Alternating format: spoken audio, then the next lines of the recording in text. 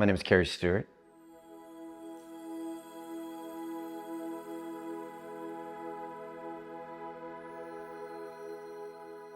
Yeah, I found yoga through my daughter from suggestions. I was suicidal. I tell people I was bankrupt mentally, physically, and spiritually. I was to a point of my life, I was just a shell of a man, and my wife came to me and she said, "You're not the man you used to be. You aren't the man that I married." And I really thought she wanted a divorce. And she came to me and she goes, "I want you to retire. And I want you to focus on your health and well-being." And so I went in and I retired. I was doing cybersecurity for the USDA. I've also was in the Air Force. I did electronic warfare, which was an amazing career. And then I owned a restaurant. So I've had a diversity, I would say, of backgrounds from electronics to restaurants to IT and to management. So I went and retired and I called the VA and I just said, I need some help, I need some support. The three things they suggested was Tai Chi, familiar with, never done it, yoga, familiar with and never done it, and biofeedback, which at that point sounded scary, right? I didn't know what biofeedback was. And so I launched 100% into biofeedback, which is breath work, meditation and mindfulness. And 6 months into this journey of living intentionally and focusing on my breath, I stepped into a yoga studio and it transformed my life, unlike any other modality that I'd ever encountered in my entire life. And so I decided to do 200-hour training, and it was amazing because I get to do it with my youngest daughter. So we became certified yoga instructors together. And to enhance my career and this opportunity for myself and for the community, I went and did 300-hour with a bhakti training in India. And that was such a spiritual, pivotal experience for me of being connected and being immersed in that type of training for an entire month. It was 30 days.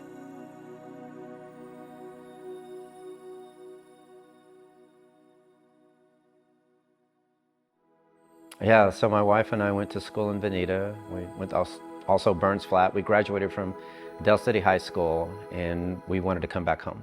I wanted to offer a space where people felt loved and accepted. And that when you come into this space that you feel loved and accepted for who you are, without any social comparisons, without any judgment of your past or judgment from other people around in the community. And that's my main objective, is that you feel loved unconditionally without any expectations, that you can just be yourself and where you're at today. Not the past and not the future, but be okay with who you are today.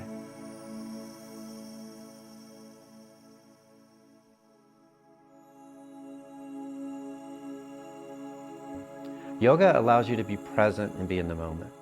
I'll say this about yoga. Yoga does two things for us each and every single day. It lets us know those things in our life that we're doing really, really well, but it also lets us know those things in our life that we need to work on, where we need to grow and we need to change. And so yoga allows me to be okay, to find that level of acceptance, to find that level of love, but also to find that productive discomfort, that I'm not creating pain for myself, but I'm growing through this discomfort.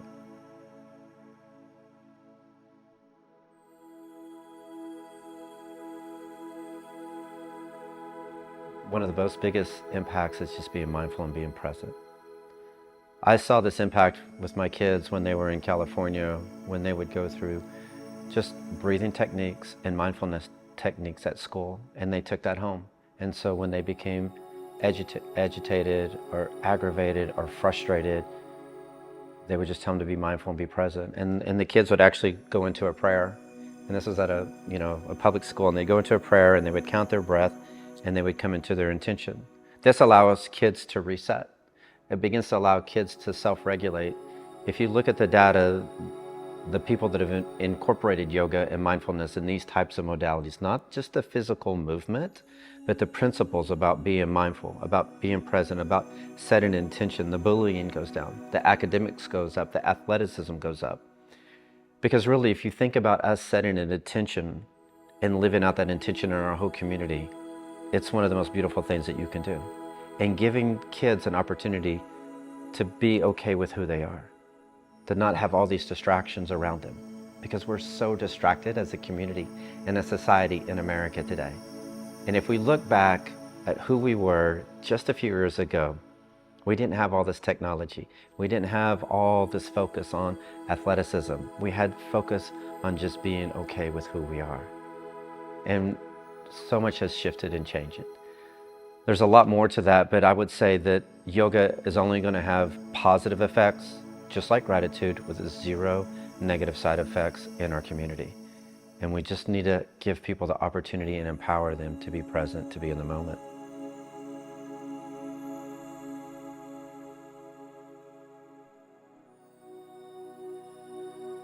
The biggest change is that they are the happiest people that I know in this community.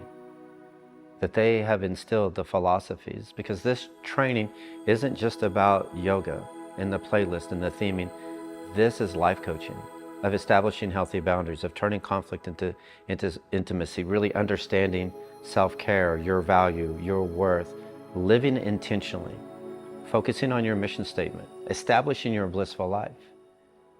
I've never seen such a huge transformation in 5 months with anybody else in my entire life than I've seen with these people. They are truly the happiest people. And I can guarantee you, when you see these people in public in Grove, they will be the happiest people that you see as well.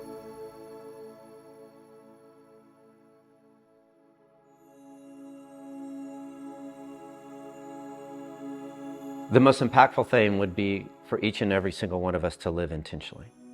And to give you that example, say today's intention is acceptance.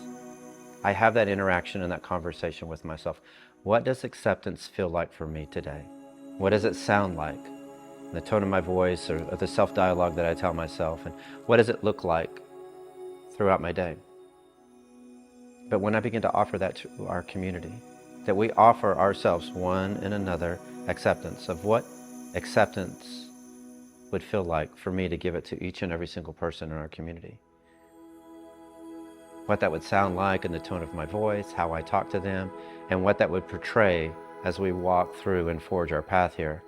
So you think about living intentionally, and whatever your intention is for the day, could you imagine a community where everybody loved one another, accepted one another, forgave one another?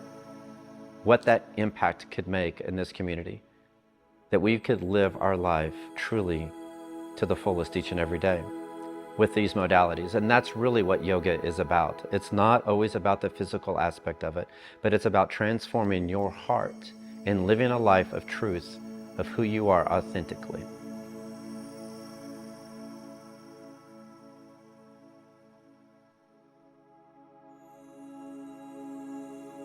I would say this, that yoga, these philosophies have been around for thousands of years and have helped millions of people transform their life.